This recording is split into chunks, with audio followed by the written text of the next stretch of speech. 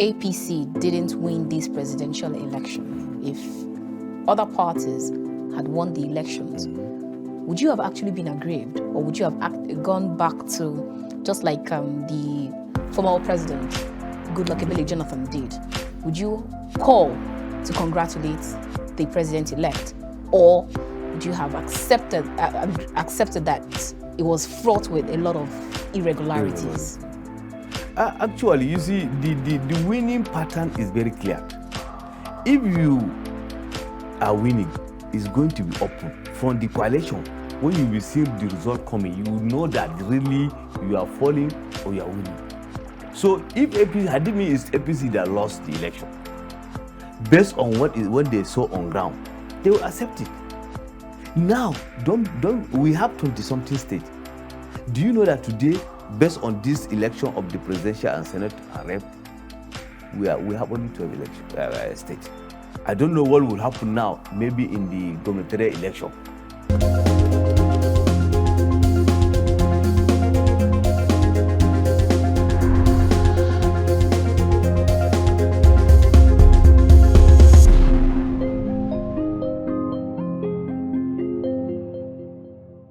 Joseph Stalin, a revolutionary in the Russian Empire and political leader who led the Soviet Union from 1924 until his death in 1953, once said, "The people who cast the votes don't decide an election. The people who count the votes do." All right, our next quote is from Bernie Sanders. He's an American politician serving as the senior United States Senator from Vermont, a seat he has held since 2007. Sanders is the longest-serving independent in U.S. congressional history. He once said, "Election days come and go, but the struggle of the people to create a government which represents all of us and not just the 1%, a government based on the principles of economic, social, racial, and environmental justice, that struggle continues." Absolutely, spot on. Let's take our last quote, and this one is from Carl Thomas, who is an American syndicated columnist, author, and radio commentator. He once said, "One of the reasons people hate politics is that truth is rarely a politician's objective. Elections and power are." Okay, so now let's see what all of this quote relates to and why we are taking that quote tonight. Warm greetings and welcome to The Conversation. We're reaching you from KAFTAN's television studio here in the nation's capital, Abuja. I am Annabel Orji.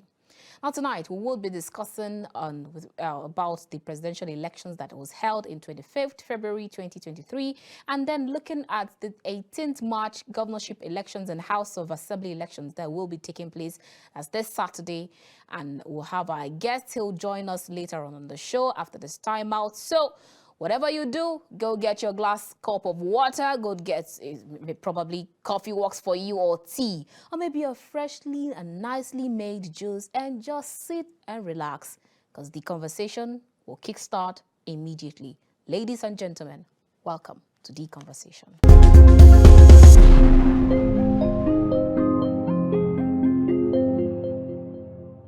Welcome back. If you just joined us, this is The Conversation. We're reaching you from KAFTAN's television studio here in the nation's capital, Abuja.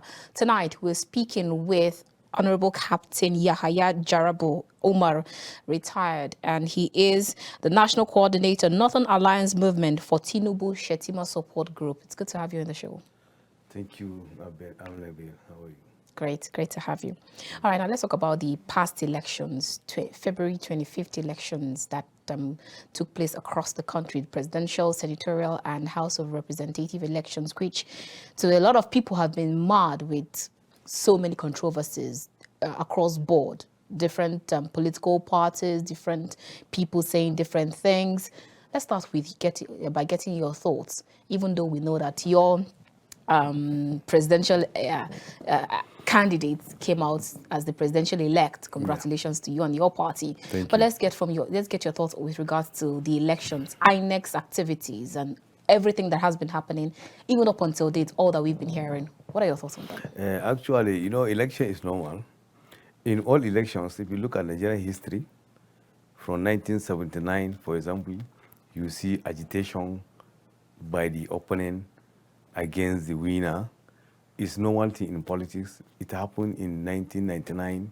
It happened in 2007, up to last election. It's only during Goodluck Jonathan that he seat defeat and congratulate the person. Though, you know, even though APC win election, it's not as we expect, because we are expecting more than that. If you look at the margin, the gap, we have 20-something states. At the end of the day, we are coming to see we win only 12 states outrightly.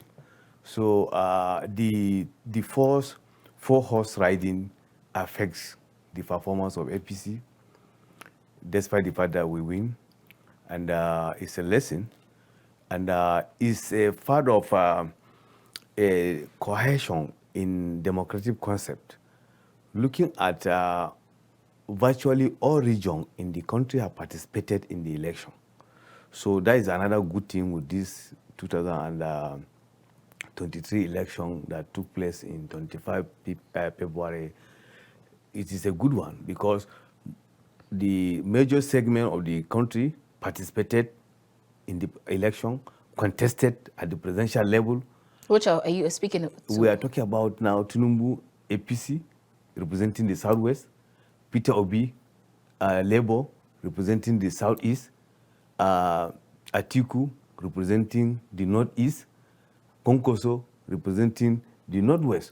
So virtually all segments of Nigeria have participated in this election, which is very, very good one, because no segment that will now say they have been sidelined or deny their own civic responsibility. So is it just about participating in the election, or actually becoming the next president that created that force before the results were reeled out? The issue is that if you don't participate, you cannot expect to even win. So that participation, we are talking about what is happening now. Look at the IPOP issue. They want to disintegrate. They want to cease from the country. Now their son have participated in the context. It's a sign of approval and belief in Nigerian concept. Yoruba, initially we have heard that some people are thinking of Oduduwa nation. So with this coming of Tinubu, it has seeded that thinking. If you look at Atiku, though he has been contested severally, but the Northwest cannot, or the Northeast cannot say that they are not being given the share to participate, because that level ground is very important. Coming to the winning level, in politics, you have to analyze the situation. It's a mathematics, you can't change it. Today now, looking at the regions and the pattern of the election, the voting pattern, everybody have played his card where he is very powerful and he won. So anybody that today will come and say that INEC do this, INEC do that, is normal thing to talk. But the real thing, even though you go back to any scenario, APC have won this thing, and you can't change it based on what is on ground. The analysis is, if you look at it, APC won 37%, then Atiku coming with something, Peter Obi, Konkoso, and Kwanko. You calculate the participant. The level of people that participated in the election is very low. The turnout is low compared to 2015. Are you talking about the electorate, right? Yes, the electorate, because they are the one, the determining factor. If they came in large and participated. Are you saying the numbers that we saw in each polling unit, they are lesser than what you had earlier? Look at 2015 election. Look at the total vote. Look at 2019 election. Look at the total vote. Unlike this one, if you match the number of Tinubu and Obi and Pete and Atiku, Konkoso, match them together, it's just about how many million compared to what happened in 2019? But then you have some people saying that in 2015, that because of the use of beavers, they were able to cut short all those outrageous numbers that you hear in 2015. You hear one person had over 25 million votes. One person had over, but because of the use of the beavers, we were able to know how many people registered, and we were able to put a peg to it and to know how many people actually came out for each presidential candidate. Yes, my own analysis is based on what the INEC presented as eligible voters who register authentic based on the Viva. Go and check the percentage of what INEC say they have and what participated. From there, you'll be able to see that. So you go to look at Southwest. The number of elections we are expecting to see is less. Many of them, they didn't participate. And look at this issue of currency redesignation, how made so many people didn't go back to their polling unit where they registered their polling the card. It matters. So many people are in Abuja, registered in the village, which normally they used to travel back. But because of this hardship, they could not go back. And by and large, people are always looking at INEC didn't do anything good. We cannot, if we don't accept, we cannot progress.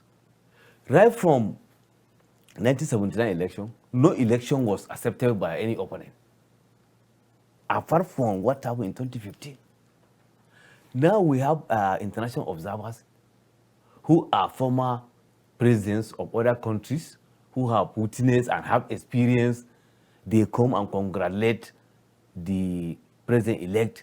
That to show you that the election is credible, unlike before. But do you actually notice that some other international observers actually said that there's a clause to the elections, especially with regards to how the activities of the electoral umpire and then the electioneering process and all through. You have some people who were the naysayers, and then some people said yes, it was all good. Look at it now. We heard about what the EU said, and like America too. But you see, we are Africans. We know our situation more than anybody. The Thabo Mbeki of South Africa was here, and he accepted the process. He makes some comment, which is favorable. Mahama of Ghana was here. The Kenyatta of... These are people that they are Africans. They have know how we do our elections. Now, the issue of Viva. I contested for House of Representatives 2019. I had that practical experience of the past and now. I went to vote. I went to villages. I canvassed with people. I talk with people. It's not about coming out a right figure. Look at it now. If you say the election is fraud, what happened in Southeast? The whole Southeast region, Atiku and Tinubu cannot even get the 25% they're looking for. So why? Peter Obi got 98%, 80-something. The list is 80-something%. So are we saying now he is in that aspect? So APC should come and say, no, that's ringing. So if it's applicable to you, it's the same thing applicable to that person in his own ground. Look at what happened in the Northeast. I think you almost have all the state, only Borno that you could not win. To tell you the level of how political gladiator control a certain area basis on stampede. What happened in Kano? You know that Kano have been in all the center of any party that win within this Fourth Republic. But Konkoso changed it because of his own stand and his own input. Can somebody say, no, you are not, you don't have the, you know, your stronghold? The same thing in the Southwest. So these are issues that we don't need to be fighting ourselves all the time. We don't need to disbelieve in our system all the time. We need to have a time that we can come together and say we can accept certain situation. We are human beings. There must be some little errors, which is normal. But you cannot say that 100% this election is one of the best. As you said now, the issue of their Viva removed so many, all these goose voters that they used to happen, unlike yesterday. But beyond that, the voting, even now, APC were even crying. that because of our internal problem, we lost so many electorate. But then you won the elections. Despite the fact that we win the election, we want to win with high margin. But because of our problem, internal crisis, many imposition of candidates in other states have made APC to even win. Like what happened in the Northeast. Even not because of an internal crisis within the APC. APC is supposed to control. What kind of internal crisis are you speaking about? When you go back to the congresses, what happened during the local government, world congress, local government congress, state congresses, coming to the even primary elections, where all the candidates of state House of Representatives, senators emerge. Most of them are in position of candidate, and that affects the fortune of the party greatly. In my state, for example, now I'm from Yobe State. Now we lost like 3 representatives, which they are formerly APC. Today is PDP. There's a senator in contest now, inconclusive. All is because of this agreement between candidate.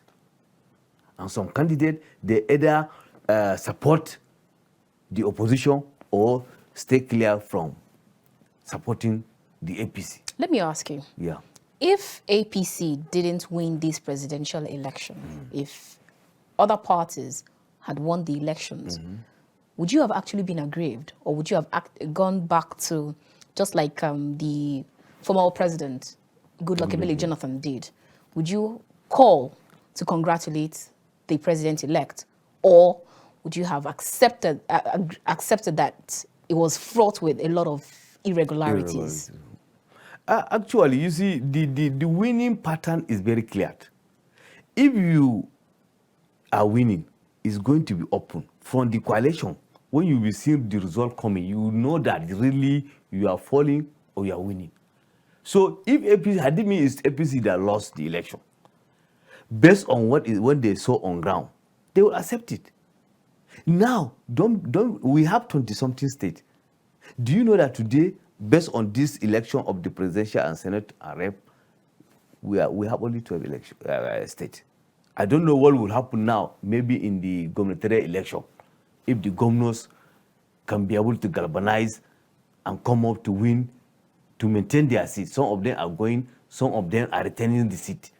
So how do they get that? That is the bottom line. So what is the plan for your party, especially since you are among the Tinubu Shetima group? You lost over 20 states. You lost Lagos. A lot of people say yes. Lagos has always been the APC state, but now you lost to Labour Party. You lost even in Kaduna, in Kano. So what are your plans? There is a lot of plans. As I told you, we are talking about internal democracy. Most of the companies within the political gladiator in the APC, they have been reconciling now, coming together. We are appealing to our members. Even before I came, we have several meetings with most of the contenders that were either neglected before. We bring them back and look for means of reconciling, because we have seen the written in the wall that yes, actually these people supported one way or the other the opponent. So we have been calling. So are you saying those governors, they actually they were working for you in front, but then working for the opponent behind? Is that what you're saying? Not only governor. When we say political gladiator, a councillor can jeopardize an election. Member of House of Representative who contested before and he was not being given fair hearing can jeopardize election. So in politics, anybody can jeopardize. It depends on your interest. So if I contest with you, after you win, that's why there should be sportsmanship. After winning, even though at the primary election level, call the opponent, talk to him, carry him along. So are you saying that your president-elect did not do that before? That's the reason why you have these grievances in your party? What we are saying, we are talking about the state level issue. The president-elect did that. He went to their houses and talked to them, especially Amechi. He followed Amechi. But if you look at the scenario, even some people are accusing Amechi that he didn't participate fully or he didn't vote for the APC. And it's part of it. He was with Vice President Emi Osibanjo to reconcile with him so that they can come and form a team or campaign for the success of the party. Though the president said that him and the secretary to the federal government will not be having chance to participate because of the administrative duties.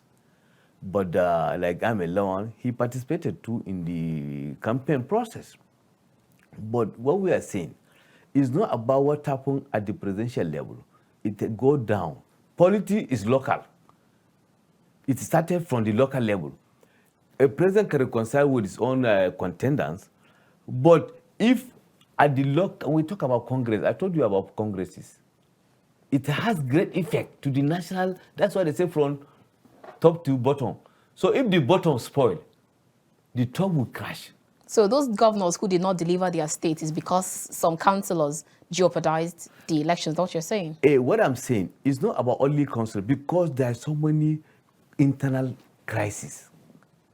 Internal crisis cut across from the way they do the congresses, the way they did the primary elections. These are chain of people, or it's not one person. It's chain of people.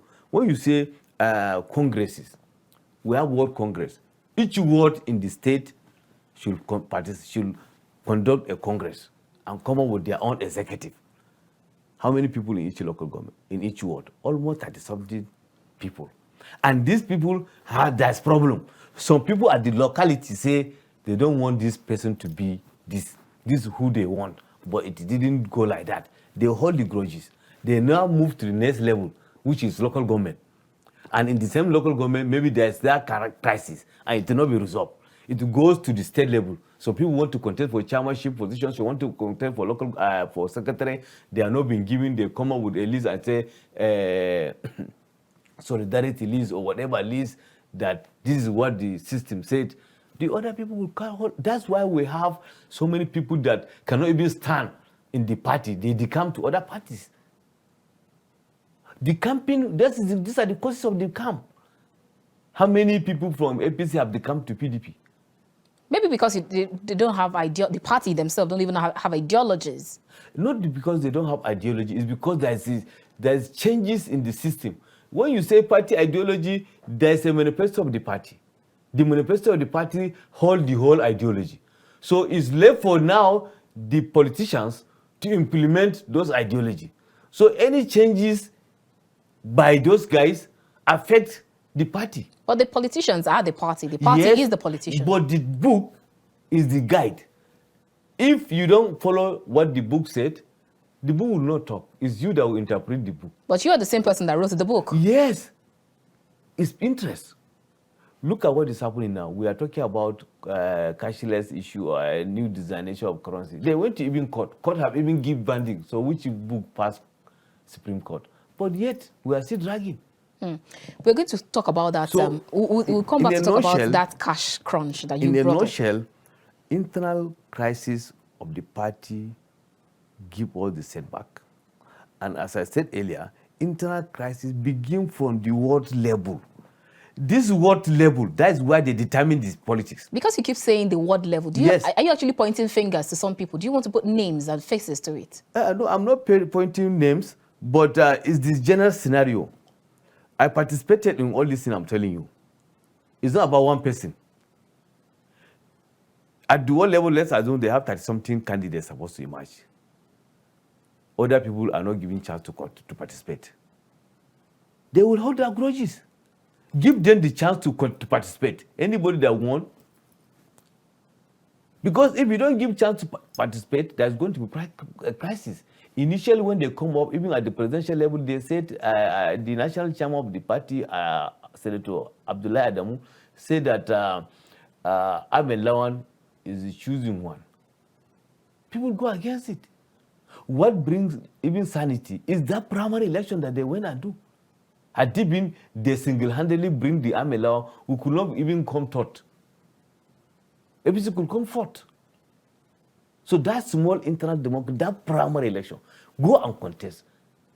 If you like, you can accept it. If you don't like, you can disregard it. But you have been given the chance to participate. So you say you prefer, is it direct or indirect or consensus? Which of them do you prefer? You agree we have that three system, But like what normally happen is direct or indirect. That consensus used to give headache. And that's why when they come with army law as consensus, there's problem. But when they come down to the indirect, at least it limit detention. The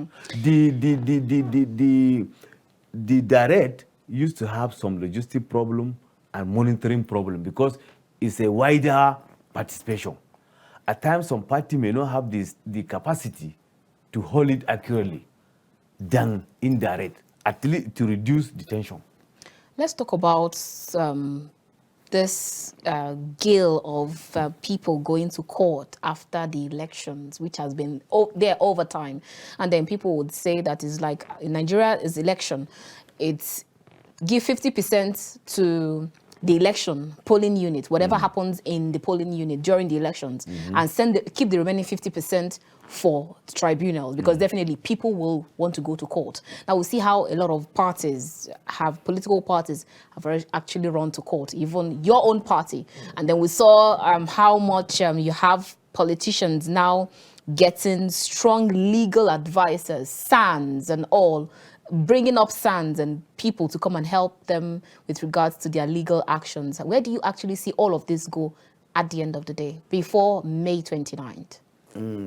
You see, normally in this democracy, that's why is the issue of three arms of government, issue of judiciary, legislature, and executive come to play. There must be litigation in politics. It is that litigation that still give you certain leverages. Is it in all politics or in Nigerian politics? In most of the cases, even in America that we practice their own, they used to go. What happened to Trump? Trump have been going to case up to today.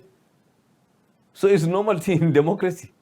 But at the end of the day, that to tell you that is what we call rule of law. Practically, on the ground, you lost the election. But because of, you discover there's some irregularities, which you feel, if it is follow, you can be the winner.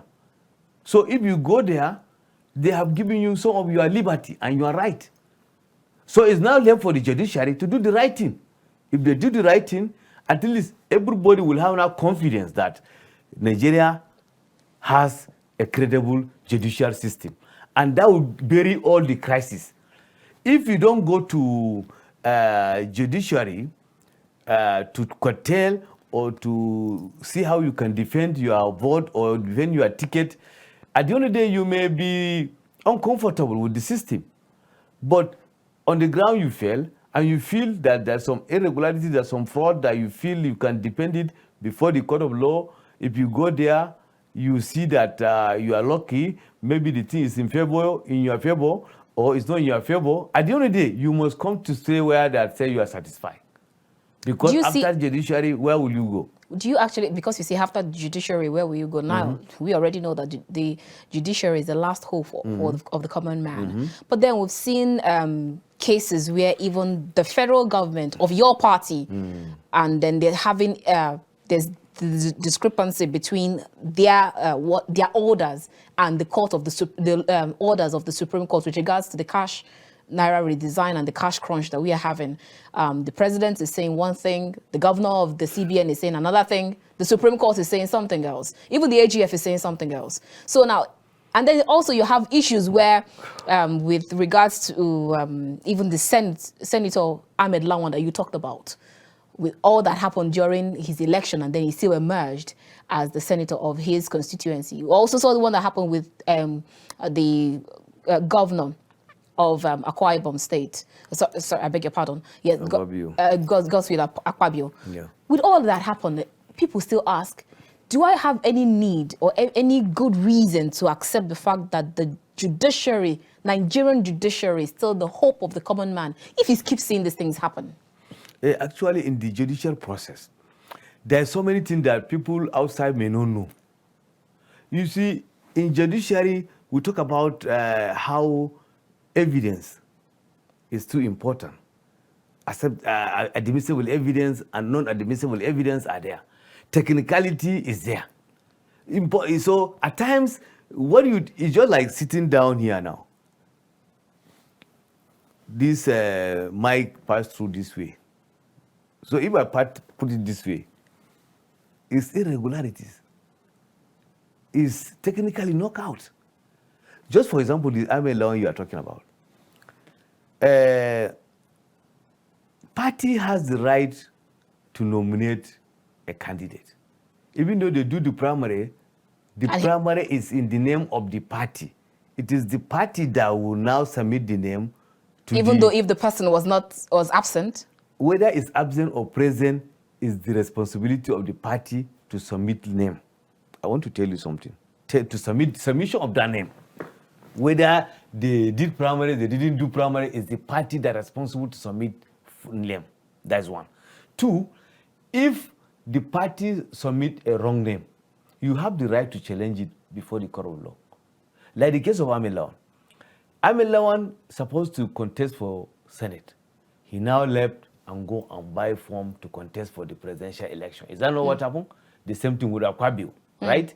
Then now, primary election was conducted in their own constituency and they didn't participate in that election.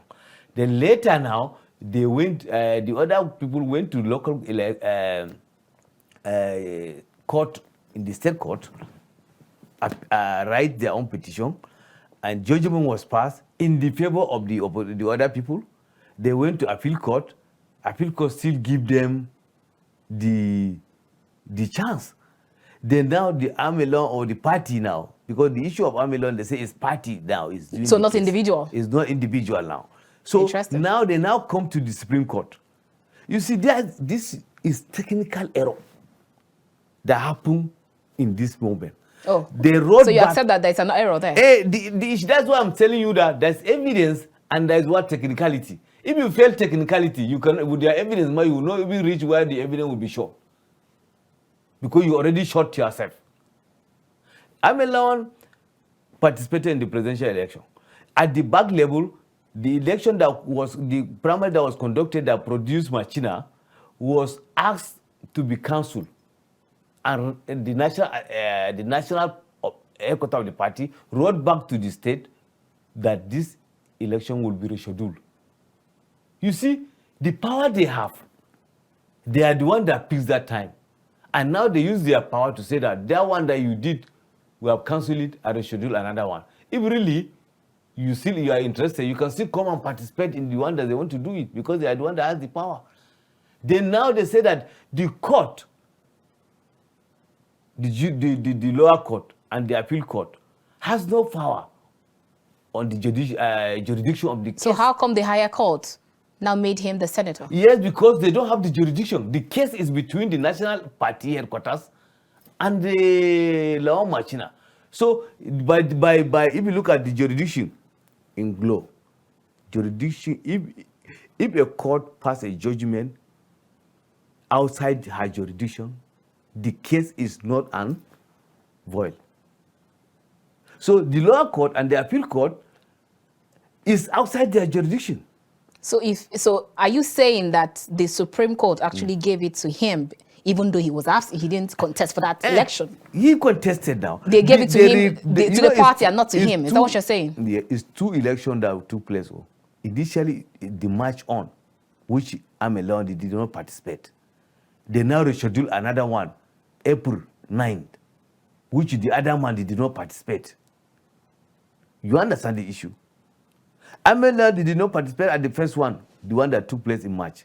They reschedule another one for 9 April, which the other man, Machina too, did not participate. And the party is the one by law has the right to decide which primary or where to do primary or who to do the primary with. So the party now decided to choose Ahmed Lawan? They didn't choose. They say, come and reschedule, come and do on 19. You say you are not going to be part of it because you have done your own. Then Ahmed Lawan did this one. The same thing with Akpabio now. But now they come to law using technicality that this lower court has no jurisdiction over the case. All right. Let's go on a quick break, and when we return, we'll definitely continue this conversation. I will see you shortly. Don't move, I'm also be right back.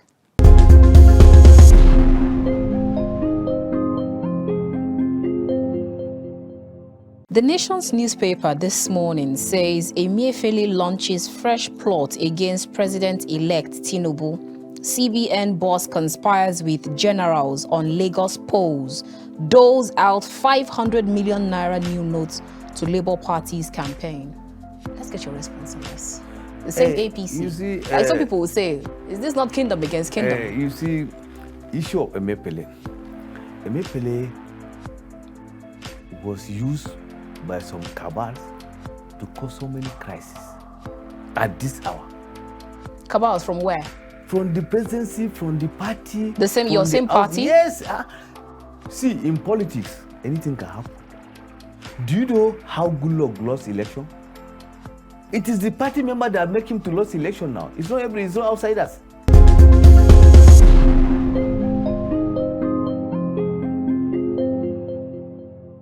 If you just joined us, this is The Conversation. We are reaching you from KAFTAN's television studio here in the nation's capital, Abuja. If you just joined us, you've actually missed out on a whole lot, but then you can still join in the conversation. As our guest on the show today is Honorable Captain Yahaya Jarabu Umar, retired. He is the National Coordinator of Northern Alliance Movement for Tinubu Shetima Support Group. All right, before we went on that short break, we actually talked about quite a lot of things with regards to your party and all. Now, let's talk about the governorship elections. With just few days to the governorship elections coming up on March 18th, this Saturday. Now, your party, with all of the states that they lost and then to other parties, what are the moves that you're actually making in order to gain back the states, or what are the moves that you're making? Because we've seen how some state governors have gone, in fact, some people will say they've actually gone to the streets, not even they've gone to the streets, they've gone to the markets, they've gone to churches, they are trying to galvanize and call for people's support. And then you keep seeing other electorates screaming, no matter what you do, if you like, come and become the usher in one church. If you like, do whatever you want to do. We are still choosing. I don't want to chant the social media song, so it doesn't look like I'm supporting any group. So what are your plans? As you said, we have so many plans. As I'm talking to you now, before I left my village, we did ward unit level meeting, campaigning, galvanization, canvassing. At the state level, you see some states are even executing some community projects which will impact to the life of the people. And we are calling for all the stakeholders in the state to tell us why. It's like retreat. There's a little form of retreat to know why we failed. So that we can now improve on that area to ensure that we regain back our state. And as I'm telling you, there's so many tremendous success on that level, even not because of the shifting of the election with a week, by now we could have seen the result. So I'm now telling you that APC will still bounce back with many states. In fact, the way things are going, based on the winning that we have at the presidential level, that will help us to even have more sympathy now from the state level. Why do you think it will make you have more sympathy? Because, normally, if you look at Nigerian politics, everybody wants to align with the national level. Nobody wants to remain in opposition for so long. Are you speaking of the electorates or the political parties The political party now. For example, now, those in the PDP, majority are part of the people that form the APC itself. It's because of disagreement one thing or the other. Look at, for example, now, a big win from PDP have just come back yesterday or thereabout, issue of former Speaker, House of Representatives, Dogara. You understand? And if you look at the presidential election, it's much of ethnic religion context. And now all those things have shifted. In Plateau, for example, Labour Party win in Plateau, despite the fact that we have DG, campaign council from Plateau State, Lalong. And even he himself, he lost his own place. To tell you that, but at this level now, is now within, it's internal issue within the state. And the state know who is who. There's no which party will deliver, which party will be of the favor to them. Because everybody's talking about the dividend of democracy. How do you attract? Let me ask you, aside the political parties, let's talk about the electorate. Why do you think that Nigerians, even though they are, at the moment, Nigerians were at a tension level, a lot of people feel aggrieved. They feel that their vote did not count, that a lot of things happened during the presidential elections. And then some people will tell you that you have the case of the cash crunch. There's no cash in the economy. And that has actually brought about a lot of ripple effects. And then you also have the case of quite a lot of number of things, insecurity. And then you have power, electricity, epileptic power supply and all of that. Why should Nigerians electorate go back again to the ballot to vote for APC, the same party that has been there for over 8 years, and then you promised change?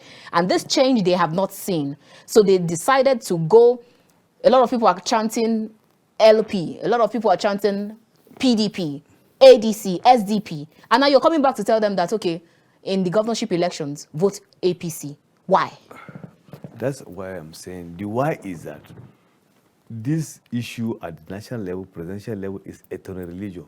When you look at the pattern of the vote, I don't want to mention it directly, the church pastors, the imams have participated in the campaign.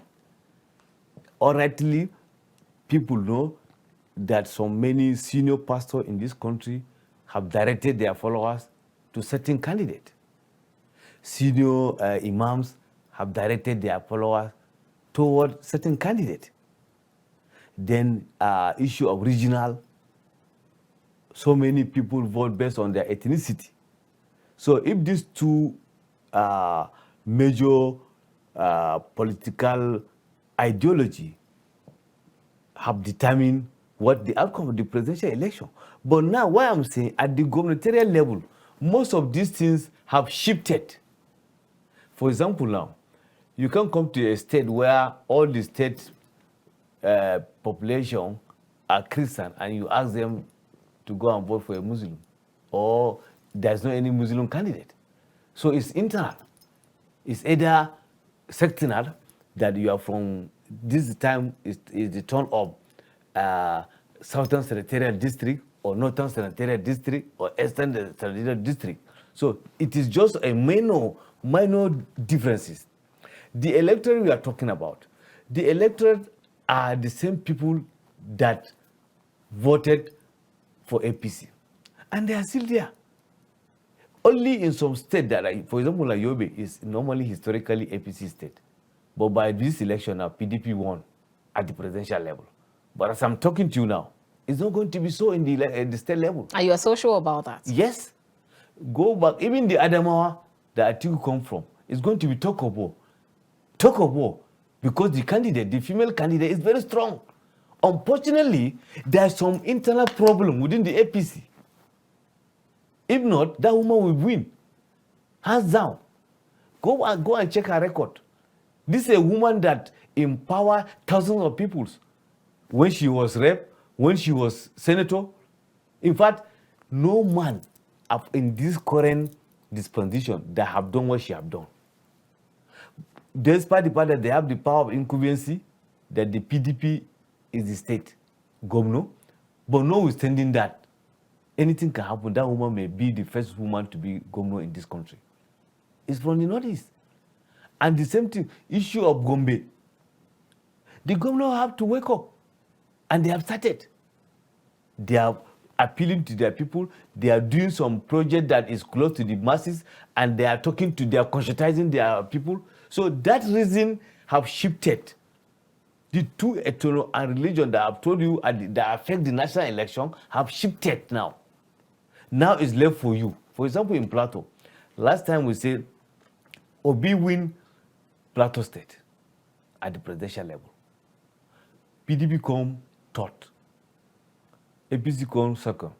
Now, in this election that will take place, you will not see that Obi issue. That Labour will not win anything there. All right. Because the thing have shifted. The interests have shifted. The Nation's newspaper this morning says Emefiele launches fresh plot against President-elect Tinubu. CBN boss conspires with generals on Lagos polls, doles out 500 million naira new notes to Labour Party's campaign. Let's get your response on this.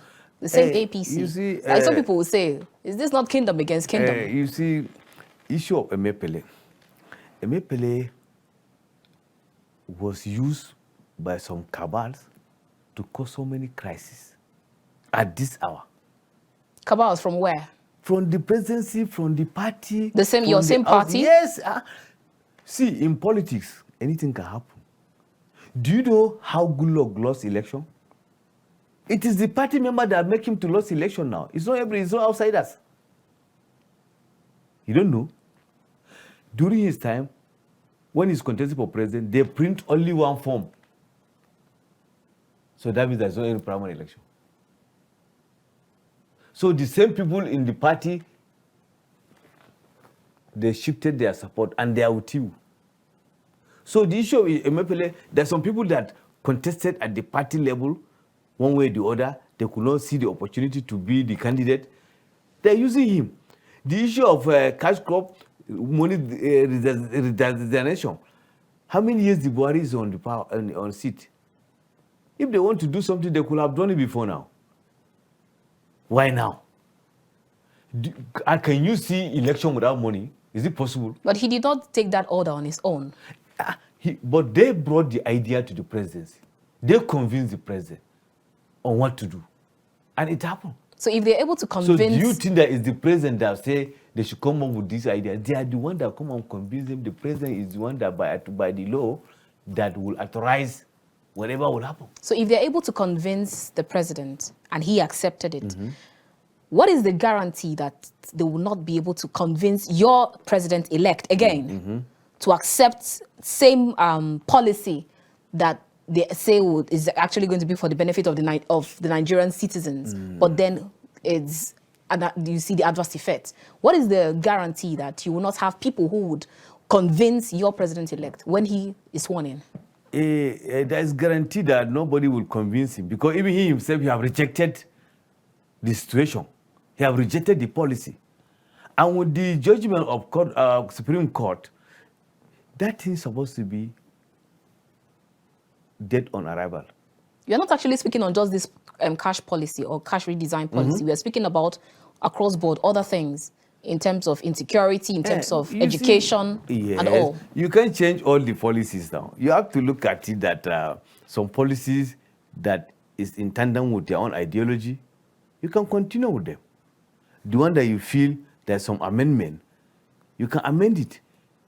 Look at all the achievement of Buhari in most cases in terms of infrastructure is the continuation of the former government now, PDP government. The red line we are talking about was there, but without being implemented during PDP. If you go to all Nigerian university in terms of education, if you go to all Nigerian Federal College of Education, if you go to all Nigerian School of Health, whatever, you will see that there is some project that was completed. Those projects was awarded under Goodluck Jonathan, some under Era do herself. But now Buhari say, you must finish it. Because they know the importance of that. Either you want peace, go and finish it, or bring the money, or EFCC will follow you. They are completed. If you used to visit university, you will see some gigantic building. Go to University of Jos. The main camp, the administrative block, more than 20 years, is recently they finish it. Even the VC said that, he never thought that he can enter this place. All right. So in policy, there's continuity and consolidation, but it depends on the effect to the community or to the society or to your own interest. You know, politics interest used to be paramount. All right, because we're talking about policies, Daily Trust says 48 days after Buhari's committee fails to end petrol subsidy.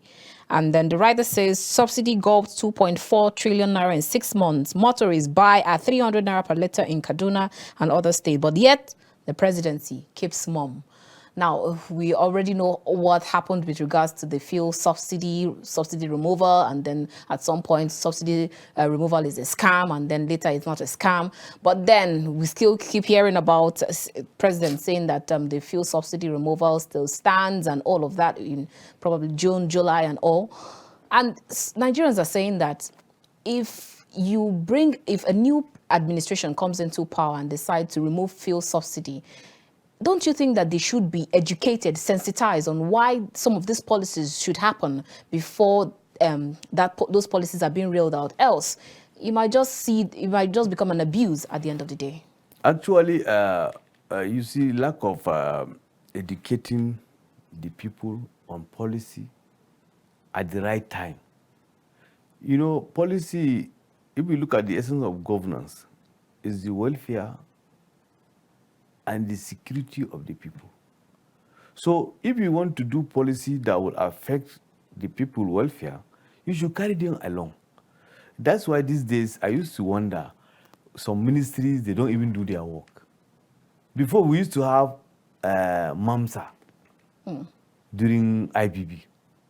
They have any policy, you see them with Jungo. But it's not NOA. That's it. But now, that's why I'm saying, are you hearing them?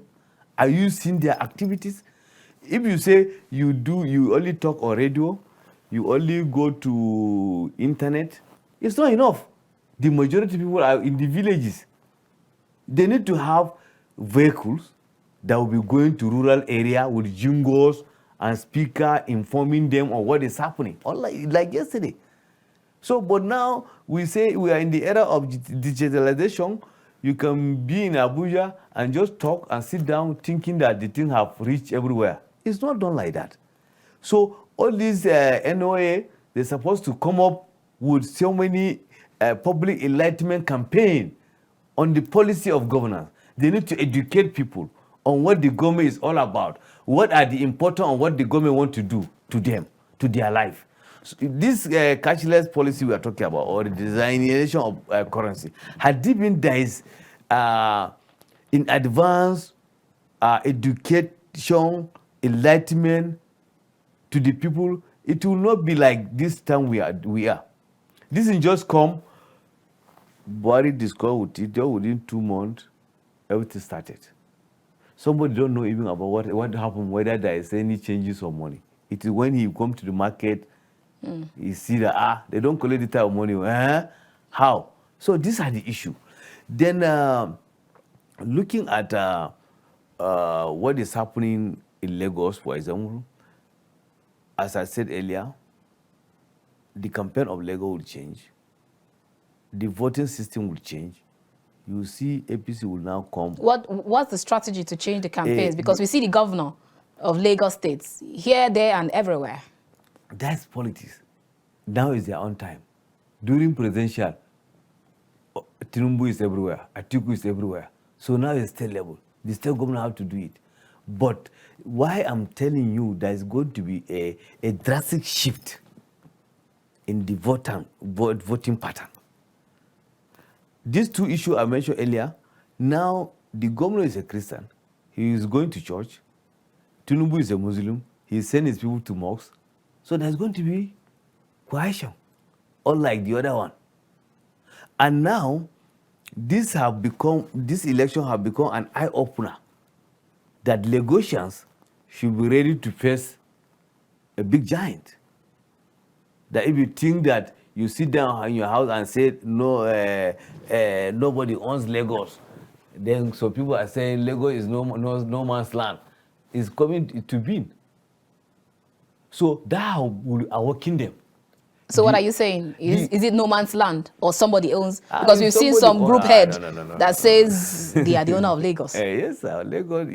We know that by virtue of Lagos' contribution to socio-economic development of the country and Africa, but you can't deny the fact that Lagos belongs to some people. When you look at what happened before the coming of the colonial master, there is some people living there. It's under Oyo Empire. And Oyo Empire is existing almost right from 15th century. So today you come and say, is no man's land. How is it going to be possible? Even when the European came, they met some people there.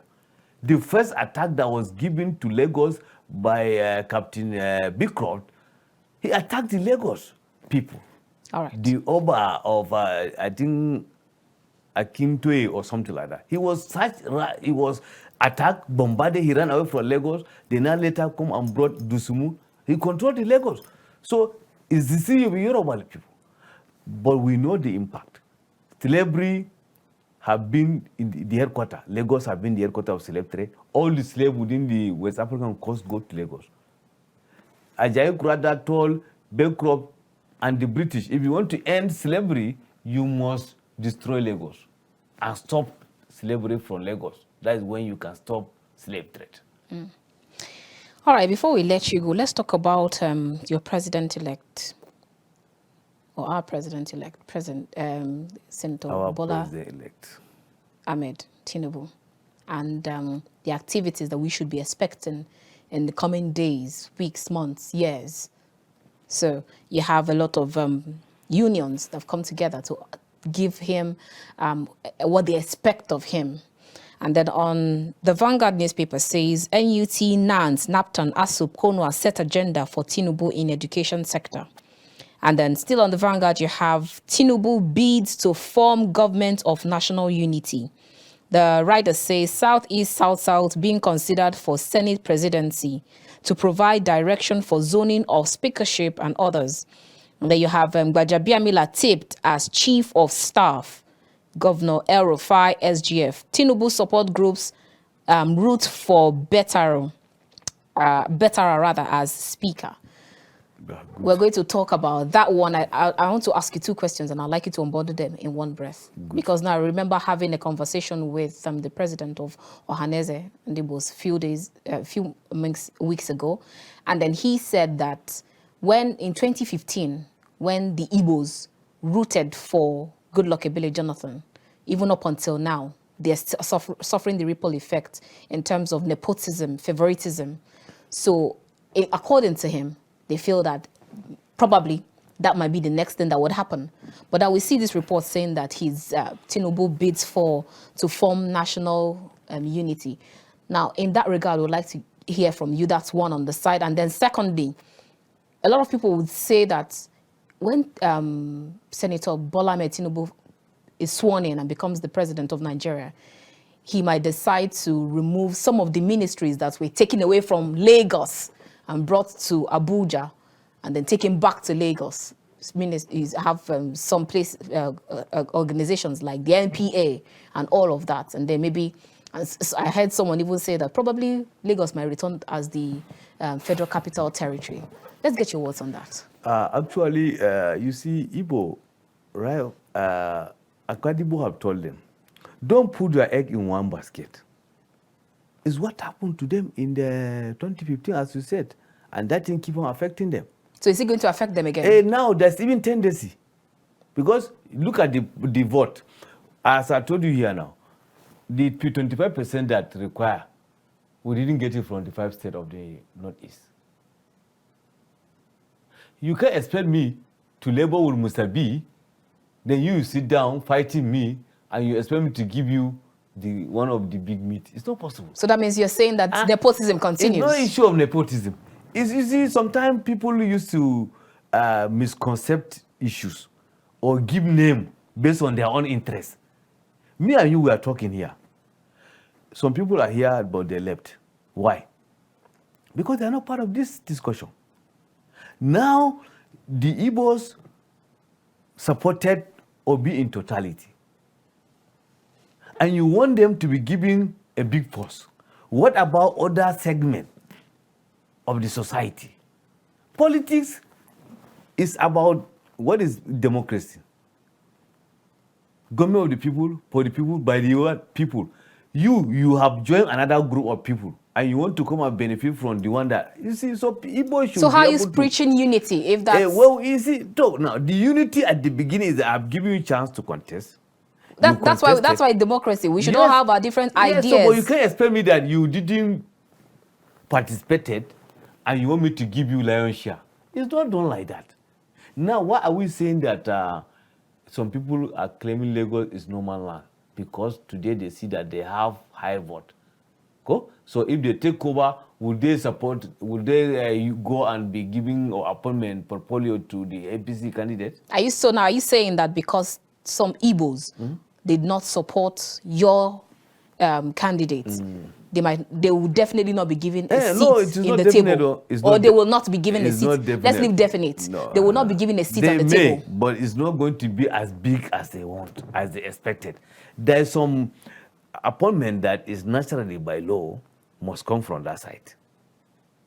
So issue of when you say nepotism is like deliberately somebody work on you, but this one you refuse to participate. The little people that are even in the APC, you are chasing them to survive. But they have good people like Orji Uzokalo have been shouting he's in APC for long. He may be compensated for the Senate president or the Omani, the Ebonyi State governor. So now it says, if you don't support my party, if you don't support me, nothing for you. Is that what it is now? You see, if you say you don't support me and you want me to, it's not going. What about the other people? Tomorrow they will not support you too. If you don't reward this, there must be reward system. I voted for you.